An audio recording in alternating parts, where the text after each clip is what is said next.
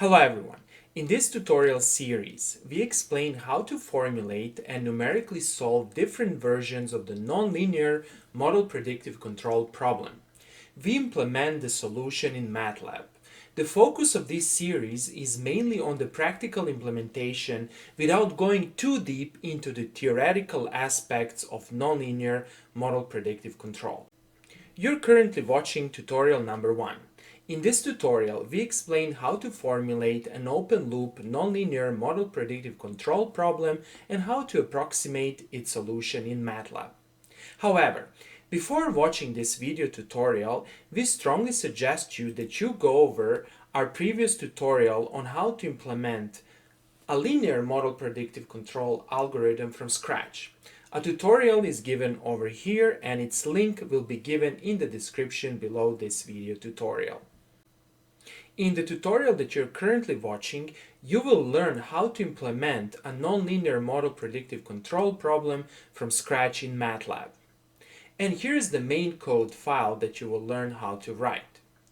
Besides this file, you will learn how to write a number of functions given over here, solving certain aspects of the nonlinear MPC problem.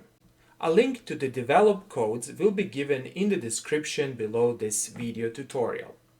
Also, in this video tutorial, you will learn how to generate these nice graphs illustrating the performance of the nonlinear model predictive control.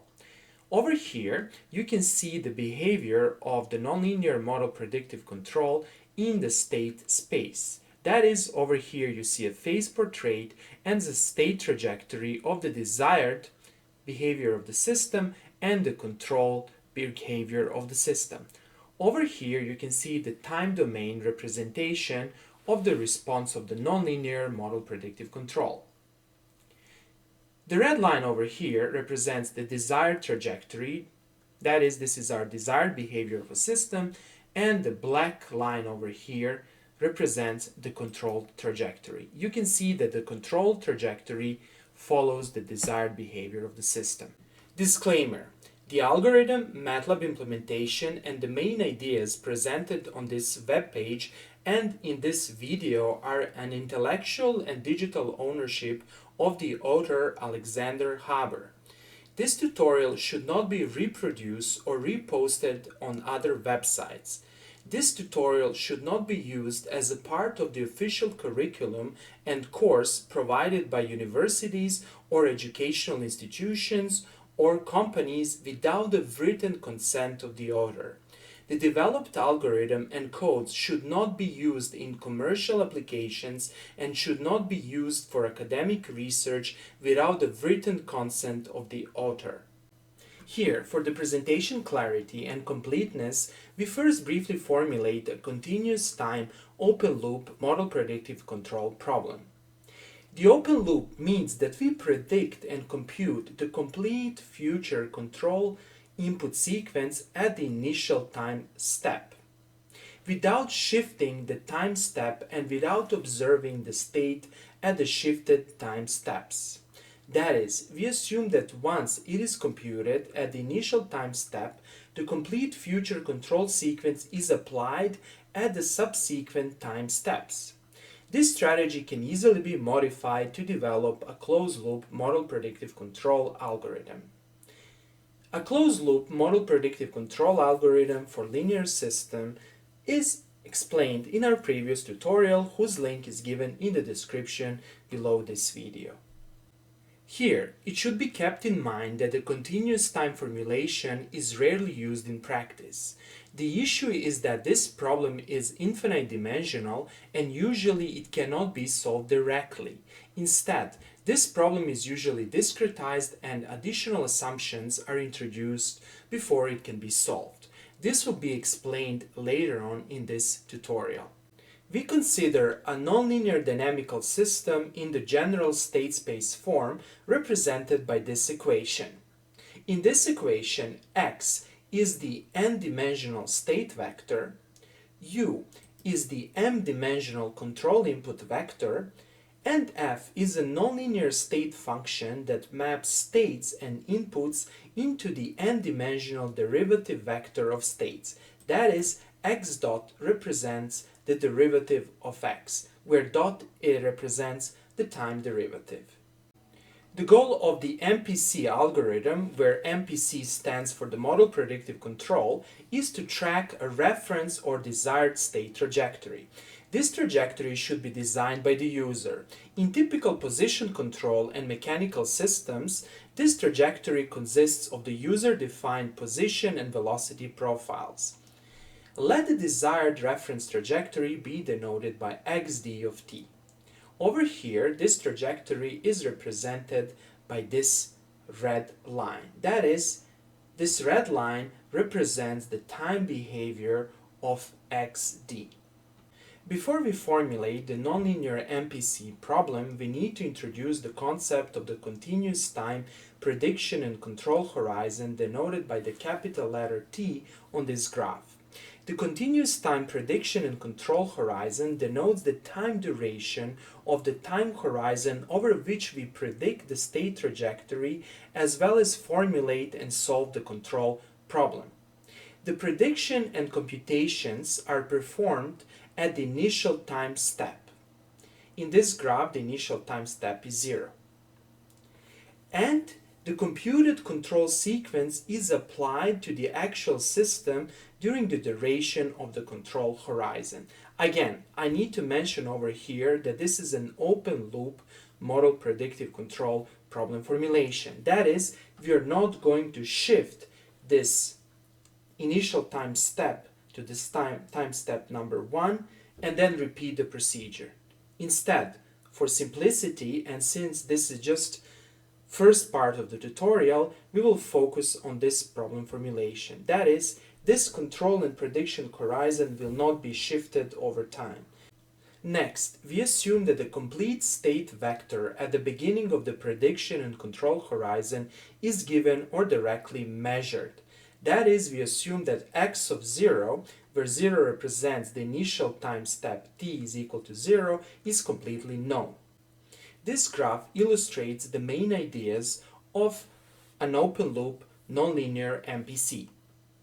We are currently at this initial time step 0.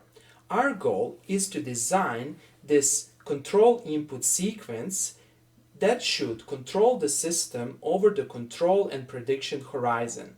The control objective is to follow this reference or desired trajectory represented by the red line. And in this situation, here is one state trajectory, that is the actual controlled state trajectory that follows the reference or the desired trajectory. Again, our goal is to design this controlled input sequence or the function u of t such that the controlled trajectory follows the reference or the desired trajectory. The nonlinear open-loop model predictive control problem for tracking a reference trajectory xd of time can be defined by this equation over here. We are minimizing with respect to the control input sequence u of t this cost function. In this cost function, q of t is the weighting matrix penalizing the state, or better to say, penalizing the control error. We can use this matrix to tune the model predictive control algorithm. Then, this cost function is subject to our dynamics, that is, our nonlinear state equation, and this constraint on the control input sequence. Umin and Umax are the constant and known vectors defining the control input bounds. They encode the physical limitations of the actuators. Next, let's analyze this cost function. First of all, it should be observed that this term over here is actually a control error. And I will write it over here. E of t is the difference between the desired trajectory minus the actual state trajectory at the time instant t.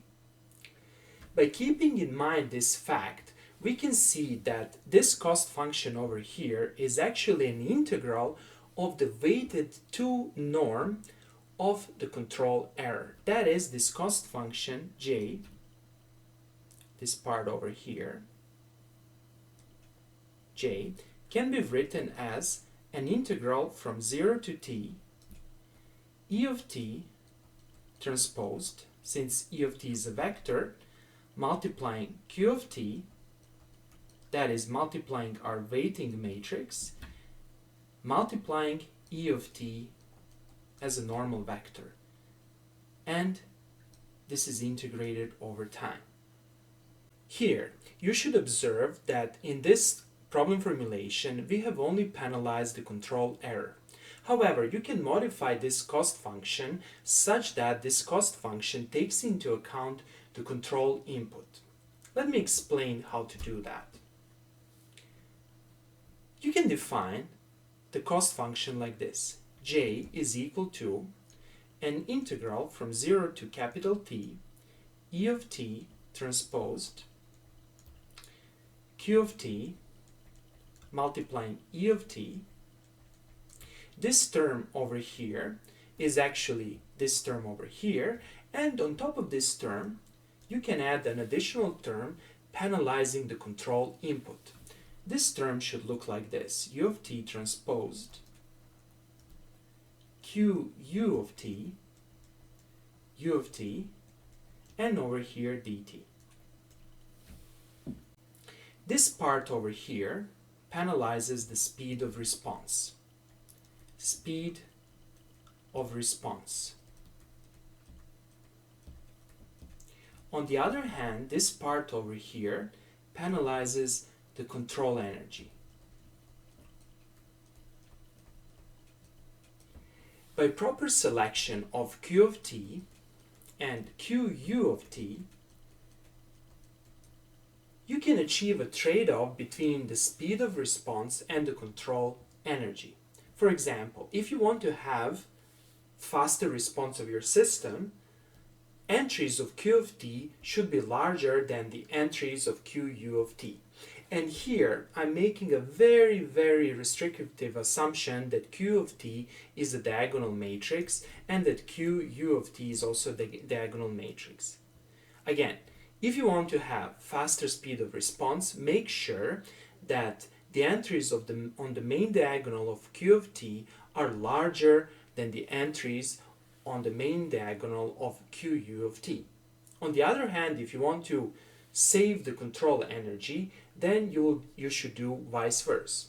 Then the entries on the main diagonal of this diagonal matrix q of t should be larger than the entries on the main diagonal of this diagonal matrix q of t.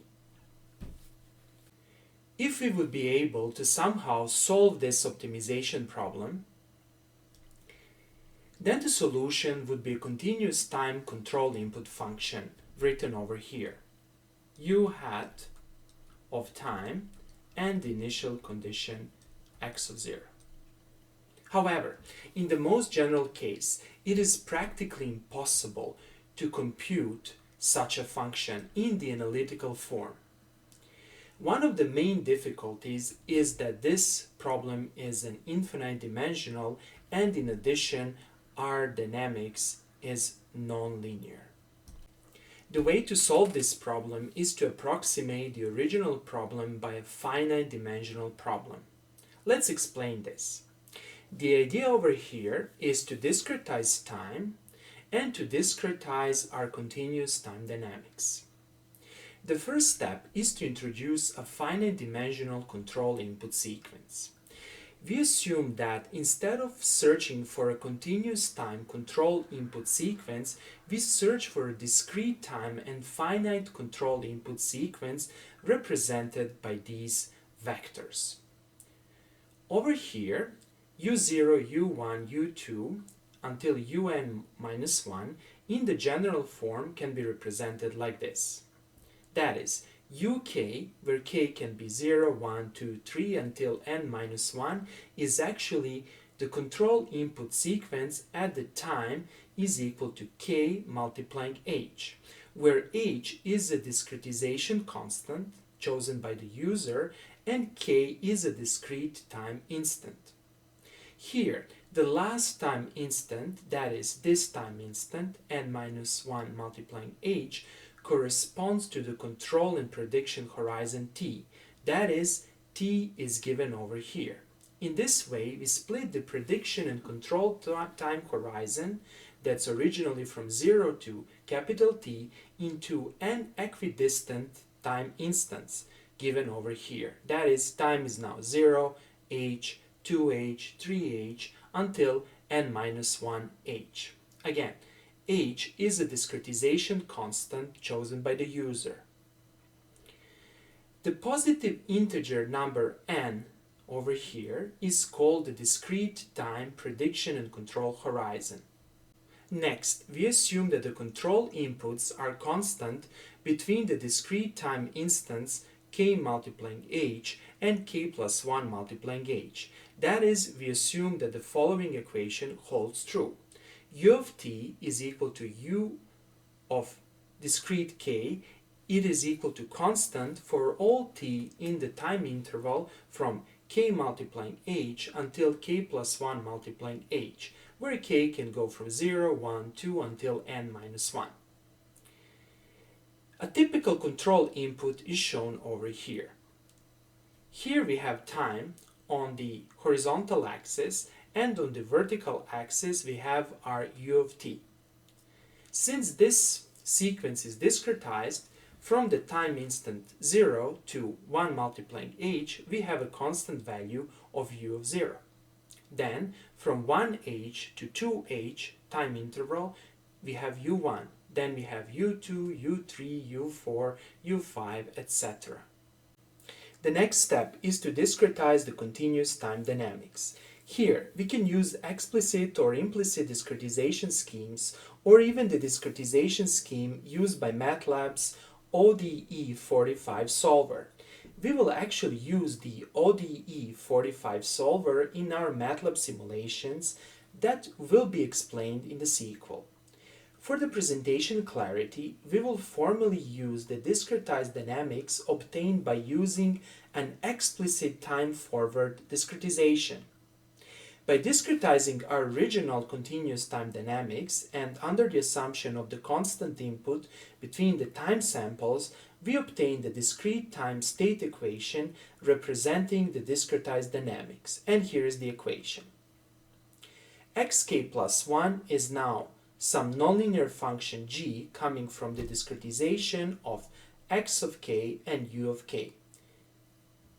Here, xk is the discretized state vector at the time instant t is equal to k multiplying h. That is, x of k is actually x at t is equal k times h. Note that this equation is only written for the presentation clarity and in order to illustrate the main idea. Again, in our MATLAB implementation, we will actually use the ODE45 solver and we will never actually explicitly form this equation. However, in some other applications, that is, if you want to write your solver completely from scratch, you would have to encode and implement your own discretization solver. We will do that in our future tutorials. Finally, we are ready to formulate the discretized model predictive control problem. Here it is. Over here for comparison, we've wrote the original continuous time model predictive control problem. The first difference is that instead of this integral over here, we use a sum. Namely, we can approximate an integral of any vector function over time by this sum over here. We have summation and then we have the discretization step. And basically this approximates this integral. Then the second difference is that in the original problem formulation we had continuous time dynamics. However, in the discrete time problem formulation we have the discretized dynamics. To summarize, in our problem formulation, xi is the state at the discrete time instant I, xdi is the desired state trajectory at the time instant I, qi is the weighting matrix at the time instant I, h is the discretization step. we are minimizing this sum, and the solution is actually a discrete time control input sequence u0, u1, u2 until un minus 1. Any u, for example, a general ui over here, is the control input at the discrete time instant I goes from 0, 1, 2, 3 until n minus 1, where n is the discrete time prediction and control horizon. Next, we can group all these optimization variables in a single vector. That is, we take u1, u2, u3 until un minus 1, and we stack them on top of each other. And we can represent the sequence by a single vector u bar. Any optimization solver for this problem iteratively computes the optimization variable u bar, starting from some initial guess of u bar that's usually set by the user. When u is fixed, and due to the fact that the initial condition x0 of this problem is known, we can simulate the discrete time dynamics, that is, we can simulate or propagate this equation to obtain the state sequence x1, x2 until xn.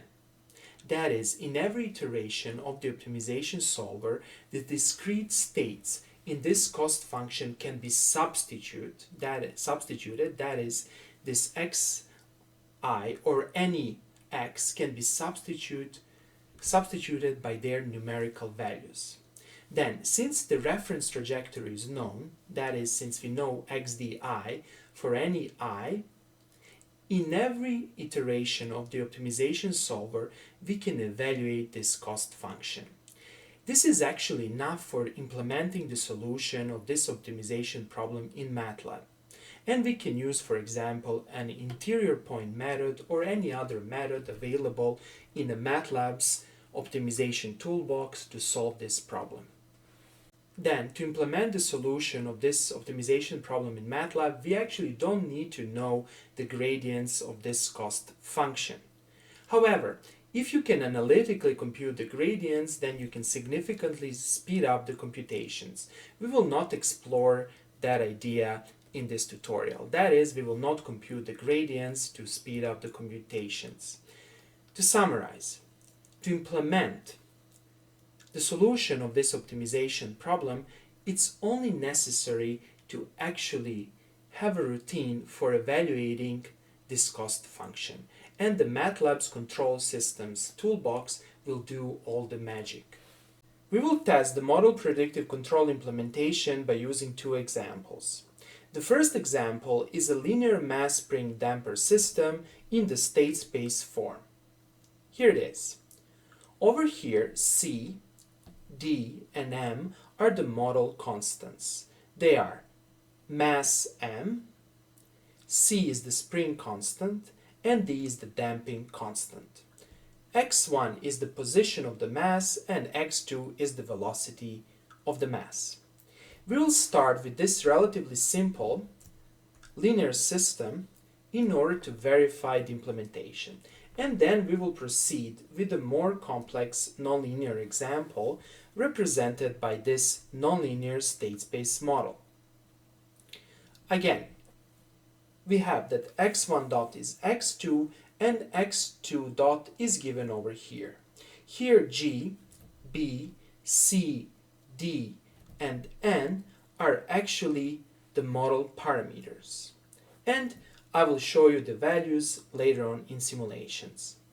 Okay, let's start with the implementation.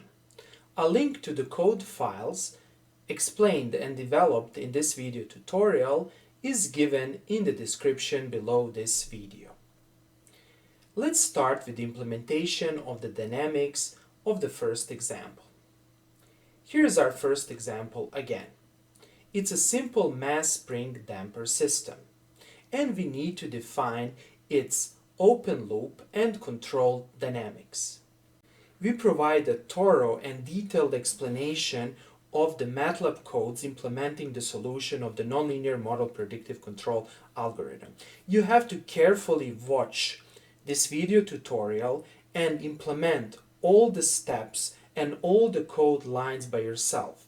If you skip some parts, you will not be able to successfully run this code. The first step is to write a MATLAB function that evaluates the right-hand side of our state space equation. And here it is. Let's look again into our state space equation. We have that x1 dot is equal to x2 and x2 dot is given over here. The MATLAB function will evaluate the right-hand side of this equation for given x1, x2 and time. Over here, since we are implementing uncontrolled dynamics, we will assume that the control input u is not acting on our state space model. Here is the MATLAB implementation. First, we define the function. Then this function will return dx dt. This is the name of the function, and we will use this name to call this function from another script. Then we provide the input arguments, they are time, and x. X is 2 by 1 vector. Over here we define the model constants and we define the state space model. And we end the function. Simple as that. Then, don't forget to save this function as dynamics underscore ol1. That is, make sure that this name corresponds to the name of the file that you will use to save this function. And here it is. Okay, this is the first step. The next step is to define a MATLAB function that evaluates the right-hand side of our state equation when the control input u is acting on the system. Again, over here you can see the complete state space model. You should write a MATLAB function that evaluates the right-hand side of this equation over here for the given value of x1, x2, and u. Let's see how to do that in MATLAB. Here's the MATLAB implementation. First we define a function, we specify the return value, this is the name of the function, and here are the input arguments. We have the 4 input arguments. They are the current scalar time x, the current state vector x, x is a 2 by 1 vector, and then we have us and time u.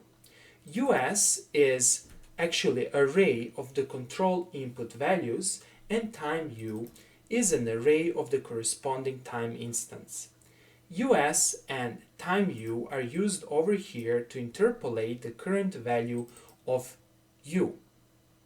Namely, for a given time and on the basis of information provided by us and time u, we will have to interpolate a current value of our control input.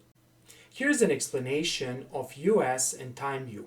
Namely, during the solution process, the optimization solver will compute a sequence of the control inputs. This sequence will be stored in this array us. Let's graphically illustrate this. Here's the time axis, and here's u of t. During the solution process, the solver will actually compute a discrete time control input sequence. Every input over here has a discrete time index. For example, this can be u1, this one can be u2, this one can be u3, etc. Then, for every control input, we have a corresponding time step. For example, this will be h if we start from 0. This will be over here 2h. This will be 3h, etc. 4h, where h is the discretization step. Then us will actually be an array consisting of u1, u2, u3 until un minus 1. On the other hand, time u will be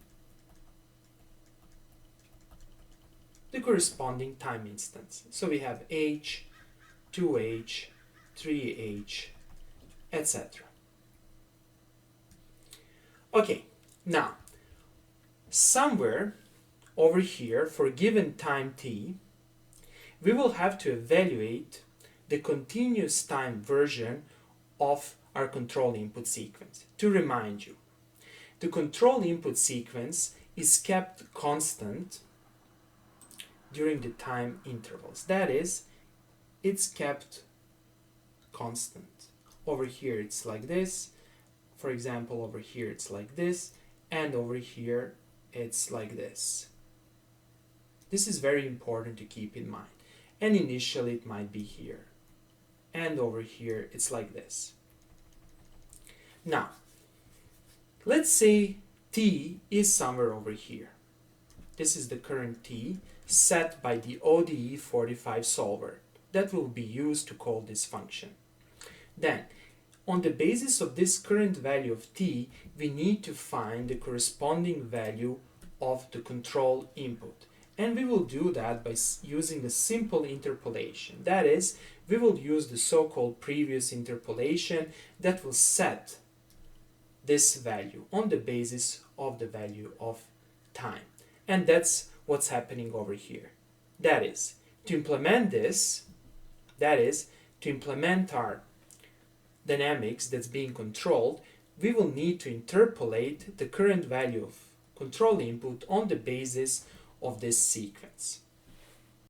Over here we perform interpolation, then we define the model constants, and over here we define the right hand side of our state space model.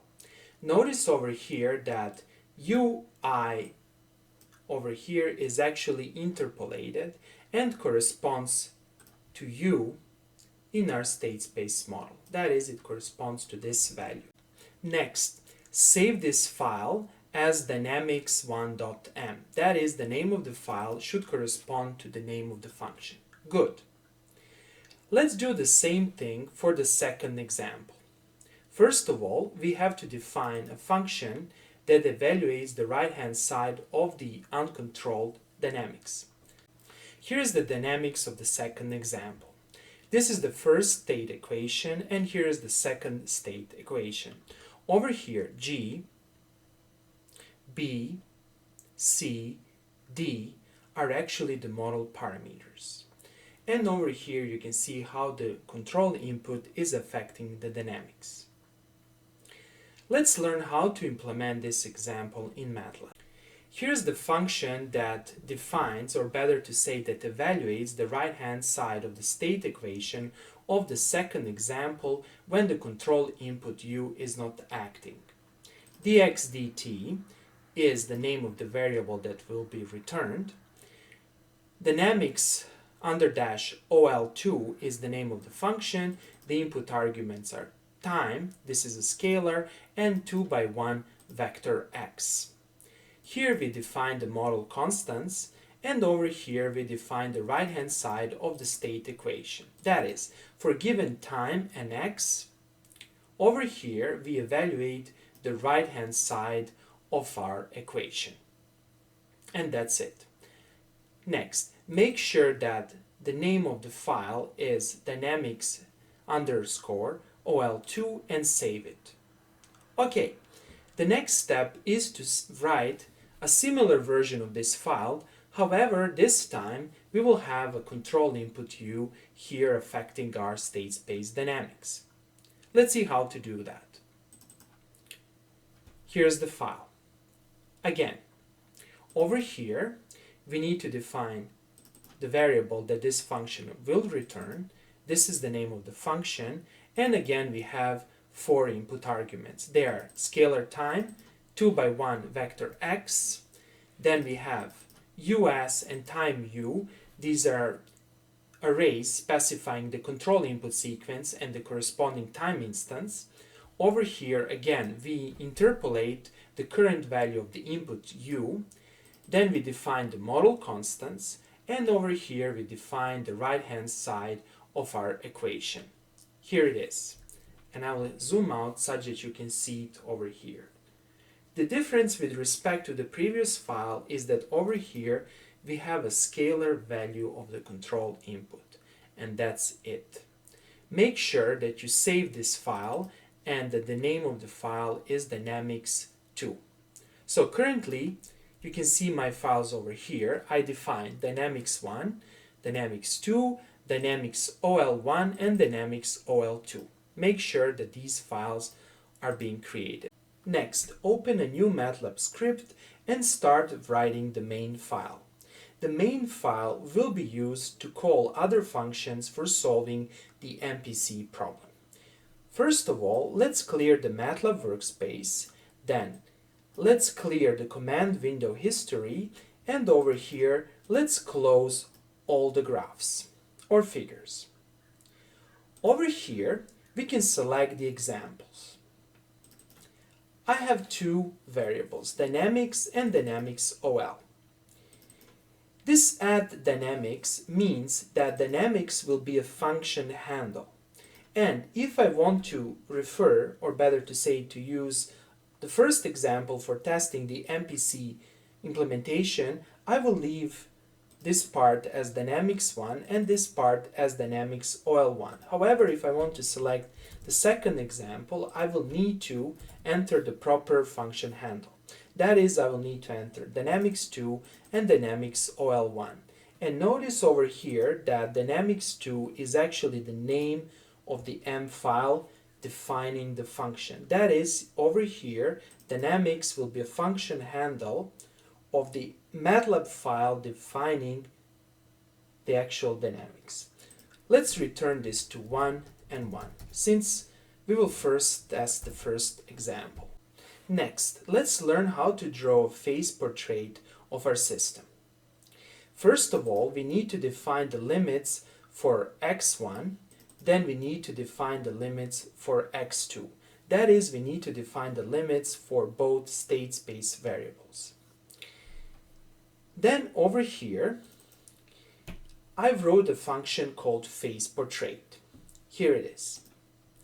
This function will actually draw a phase portrait of a linear or a nonlinear system for given right-hand side, for given limits for x1 and x2, and over here I'm specifying the figure number. First of all, on the basis of x1 and x2 that are limits, I'm defining a mesh grid. Then I'm defining u and v like this. That will be simple arrays of zeros. And over here I'm defining actually y prime. That is, I'm defining the first derivative of the state vector at given t and at given value of x and y.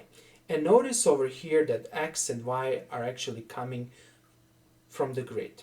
What's happening behind the scene? I'm actually defining a grid in a state space, and I'm evaluating at the given x and y points of that grid the actual dx over dt.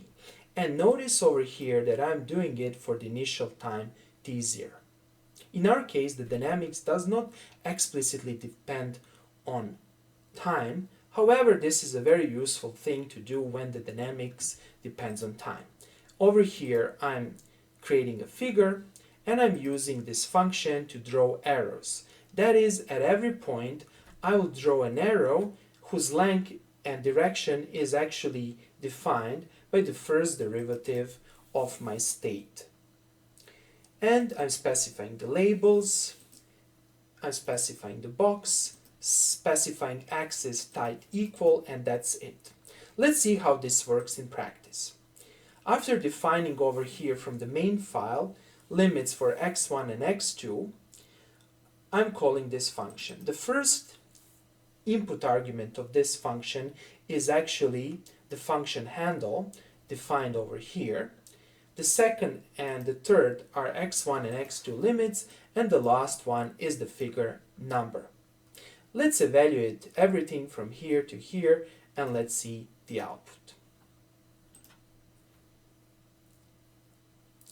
And here's the output. This is a phase portrait of our first example. Again, every arrow over here corresponds to dx dt. The length of this arrow is and the angle are completely defined by dx dt. This is called a phase portrait.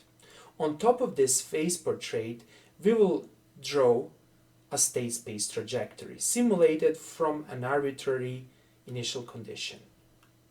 Here for a second I will go back to the function phase portrait.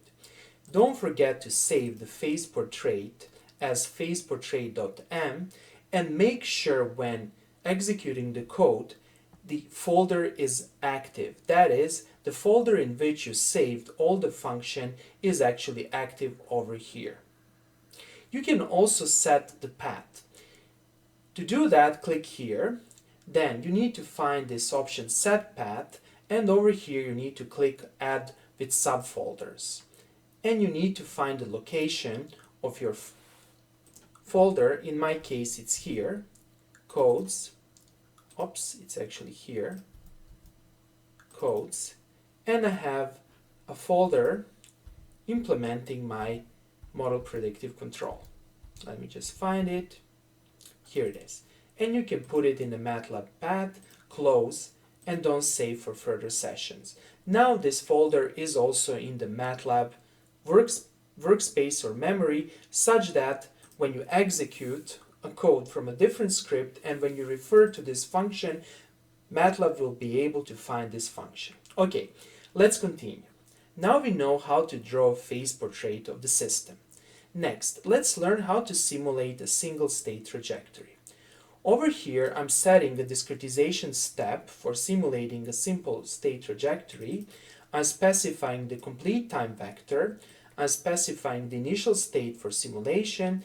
And over here, I'm calling ODE45 function to integrate my state space model. That is, to generate the state space trajectory, I'm providing a function handle. Notice over here that we are actually providing a function handle without input being present inside of that function. This is very important. We specify the time vector and we specify the initial condition.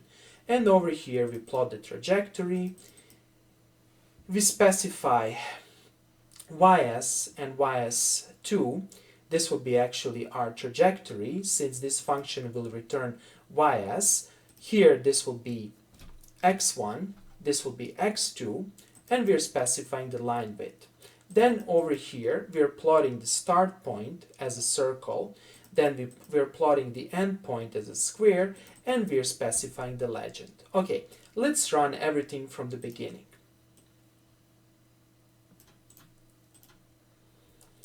And here it is. Now, on top of this phase portrait, you will see a single state trajectory starting from here, and since this is a mass spring damper system that's damped, you will see that the system will evolve, or better to say that the trajectory will evolve and approach the equilibrium point given over here. Good.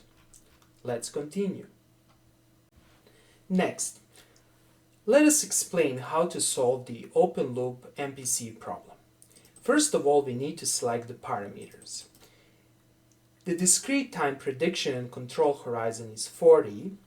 This is the discretization time step. Then we generate the initial guess of the optimization variable. We will assume that every entry of the initial guess of our time sequence is 0.1. Then we specify the initial state for control. That is, I'm assuming that my system starts from 0, 0. Then over here I define the time trajectory. And over here I'm defining my reference trajectory. That is, I'm defining the desired state that my system needs to track. First of all, I'm defining position, and over here I'm differentiating the position to define the velocity. And over here I group everything inside of this matrix, where the first column of this matrix will be position and the second column will be actual velocity. And finally over here I will plot my desired position. Let's see our desired position. So evaluate this code from here until here. And here it is. This is the desired position over time. And this is only a single component of the state trajectory. Of course, we have the velocity also. Let us briefly repeat and summarize what we did. First of all, we defined the discrete time prediction and control horizon. Then we specified the discretization time step. Then we generated the initial guess of the optimization variable. Then we selected the initial state for control. Then over here we defined this array storing the discrete time instant for defining the desired state trajectory. Then over here we defined the desired position, which is one component of the desired state trajectory. Then we defined the velocity, which is a simple derivative of the desired position. Then we stored the desired position and the desired velocity in a matrix column-wise. And over here we have the complete state trajectory. Now, over here it's very important to keep in mind that the second component of the state trajectory is actually the derivative of the first one. That is, you cannot independently select xd1 and xd2. Once you define xd1, xd2 is specified since xd2 is simple derivative of xd1. And over here we plot xd1. That is, our control algorithm should follow xd1. Next, we need to specify the weighting matrix. Here's how we do that. To define the cost function, we need to define the weighting matrices. That is, we need to define Q1, Q2 until Qn. Over here, we assume that Q1 is a simple diagonal matrix, as well as Q2, Q3, etc. In the general case, we will have Qi. All of them will be diagonal matrices. And we will specify their values. That is, we need to specify n weighting matrix, where every weighting matrix corresponds to the discrete time instant. I will do it like this. I will define a big matrix W, which will be a block diagonal matrix, and on its diagonals, or better to say on its main block diagonal, I will place Q1, then Q2, Q3 until Qn. And all the other entries of this weighting matrix will be 0. That is, this will be a large weighting matrix that will store all the weighting matrices for different time instants. Here's how I do it in MATLAB. Since I have n discrete time instants and every matrix Qi is a 2 by 2 matrix, my big W matrix will be defined like this. It will be a simple identity matrix. And then over here in this for loop, I will define every entry of this matrix. That is, over here in every iteration of this for loop, I will actually define Qi matrices. Here's how I define them. The first entry of Qi will be 10 multiplying e to the power 0.1 multiplying I, and the second entry will be 10. What's happening over here? By assigning the entries like this, I'm making sure that more weights in my cost function is placed toward the end of my control horizon. That is, I want to make sure that my steady state error is minimized. You can of course use some other selections. Now notice over here that the values, actually the second value of my Qi matrix is smaller than the first one, and this is because I want to put less emphasis on controlling the velocity and more emphasis on controlling the position. I can even increase this to, for example, 15. And you can play by yourself and you can tune your weighting matrices. To summarize, weighting matrices can be used to tune the algorithm. Okay, let's continue. Over here, we actually solve the optimization problem. To solve the optimization problem, we need to define a new function. And I will call this function solve MPC open loop. Let's define this function. Here it is. Let's first discuss the input arguments of this function. They are n is the control and prediction horizon, u0 is the initial guess of the control input sequence, x0 is the initial state, xd is a matrix containing the desired state trajectory, h is the discretization step, w is the big weighting matrix, and this last variable is the function handle defining the dynamics of the system. And this is very important. Now, dynamics should actually be the dynamics that define the controlled dynamics. They should be dynamics 1 or dynamics 2. Keep in mind that. Let's see the content of this function. This function will return solution and these three output arguments that are used to investigate the solution process. They are not important for the time being. The most important is this one. This will be the solution. That is, this function will compute the discrete time control sequence that will achieve the control objective. Let's see this function. Over here, I need to specify the upper and lower bounds of my control problems. I do it over here. These are umin and umax in my control problem. Over here I have additional matrices. These are empty matrices and they are not used in this current code version. They can be used to define the inequality and equality constraints for our u. However, we are not using them. Over here I'm specifying the options for my solver. Notice over here that I'm using the control systems toolbox. Not control systems toolbox, but the optimization toolbox. What are the options? Over here I can select the algorithm. I have several options. I have interior point, SQP, and active set.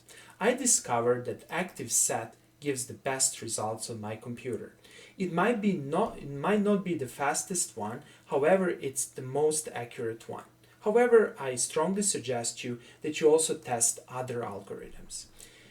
Then, we are not specifying objective gradient, we are displaying iterations, we are specifying the max function evaluations, max iteration, we are trying to use parallel computations. Then we specify the constraint tolerances, optimality tolerances, and the step tolerances. You can play with these parameters as you wish.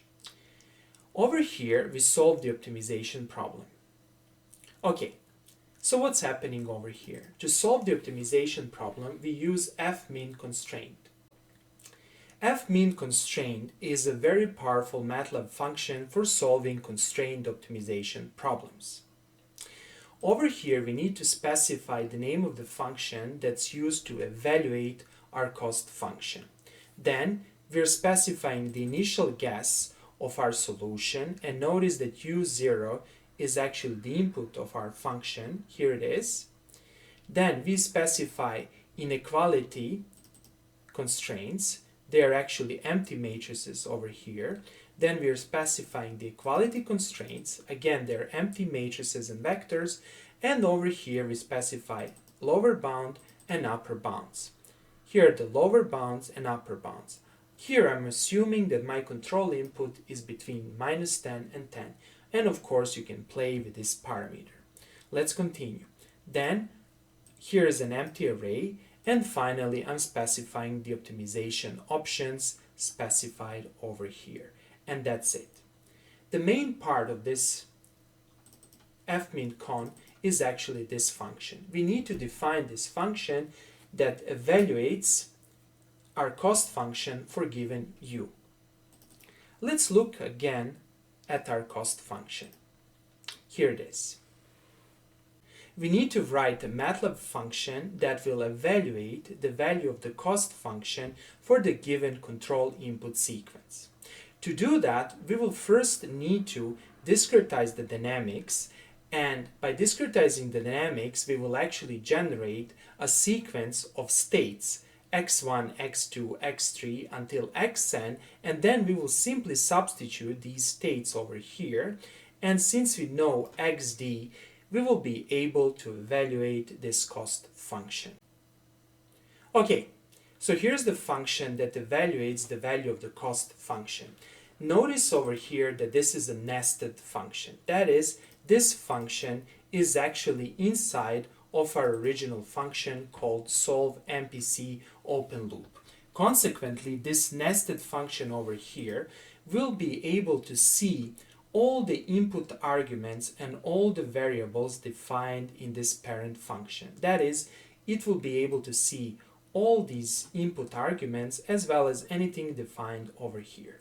This is a very nice idea and a very nice approach for implementing optimization problems that depend on parameters. Okay, the input argument of cost function is actually u.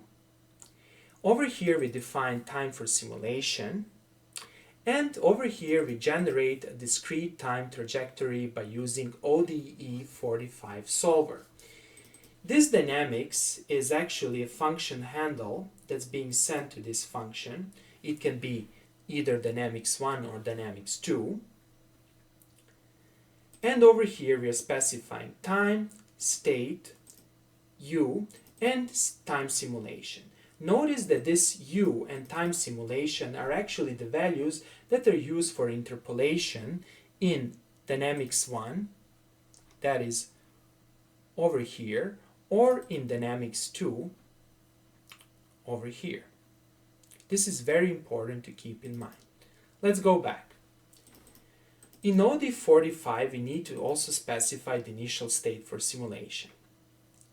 Then we define the error state matrix. It will be simply the difference between xd and state t. State t is the simulated state trajectory for a given value of time, x, u, and time simulation, starting from x0. Then, the first column of this error state matrix will be the error in position over time, and the second column will be the error in velocity over time. Then we transpose, and then we create an error vector by simply stacking the columns of this transposed matrix on top of each other. And over here we compute the cost function. The cost function will simply be error state vector transpose multiplying w and multiplying the error state vector. And notice over here that we are not multiplying everything by h. This is done since we want to avoid scaling issues and possible numerical ill conditioning that might appear for small values of h. Going back to this cost function, we are actually evaluating this cost function as a single multiplication of a transposed vector multiplying big W and multiplying another vector. And you can actually check this by yourself. You can write the cost function as I did, and you can verify that the MATLAB implementation is 100% correct. After this, and the nested function, that is and cost function definition, and our solve MPC open loop. Again, let me go from the beginning. Here's the beginning of the function. Then we define upper and lower bounds. Then we define the optimization parameters. We solve over here. We are referring to this cost function definition. This is actually a nested function that evaluates the value of the cost function. We perform the evaluation over here. We end the nested function and we end the main function. Okay, let's go back to our main function. Over here, we are solving the problem. Let's do that. Now I will evaluate everything from the beginning. And let's see what's happening over here. Something very interesting will happen. Okay, you can see the iteration progress.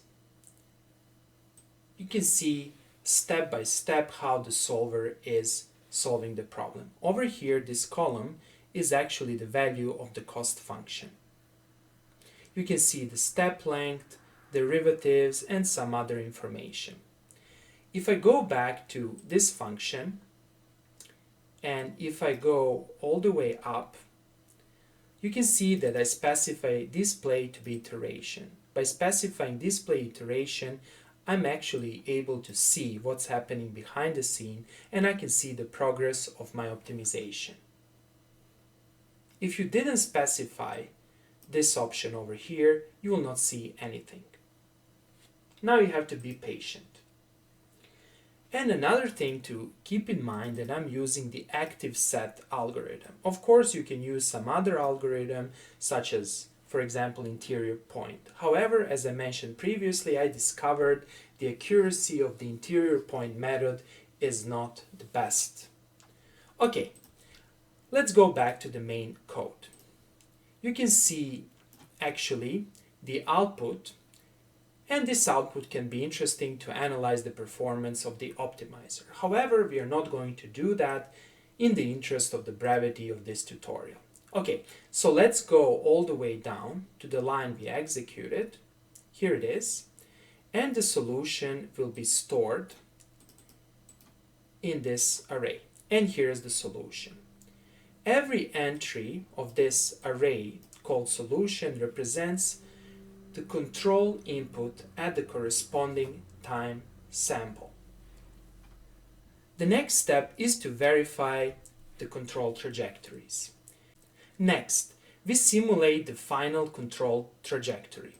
First of all, we define time for simulation, and over here we simulate the final control trajectory. We use this function handle defining the dynamics with the control input.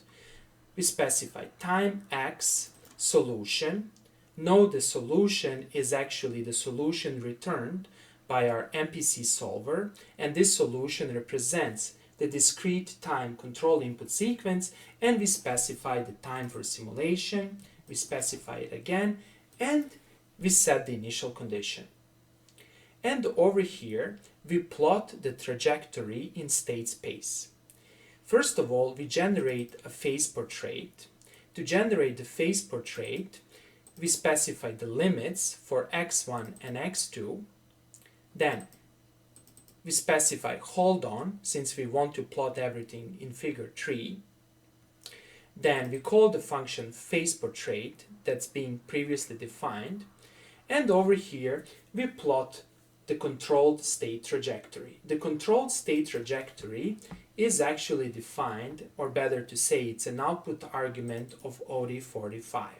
State T will be a matrix where the first column of this matrix will be position and the second column will be velocity, and the rows will be different time samples. Consequently, to plot x1 on the horizontal axis, we will type state T, then comma 1, and state 2, comma 2. And we specify the line width. At the same time, we plot the desired state trajectory. This is specified by the user. Then we plot the start point, which will be a circle, and end point that will be a square. And then we add a simple legend. Here, I zoomed out such that you can see the complete script starting from here, then until here. Okay, let's evaluate this script.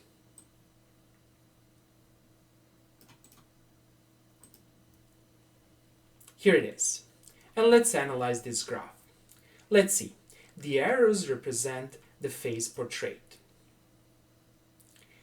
The blue line represents the controlled state trajectory that's produced by the solution of the MPC problem, and this red line represents the desired state trajectory.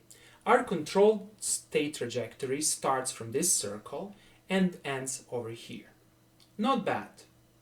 We can improve these results by changing the values of the weighting matrices and by changing the control bounds and playing with some other parameters such as discretization time step and the length of the prediction and control horizon. However, in the interest of the brevity of this video tutorial, I will not do that.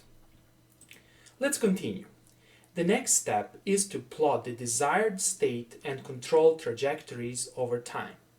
To do that, let's create a new figure and let's plot the control position.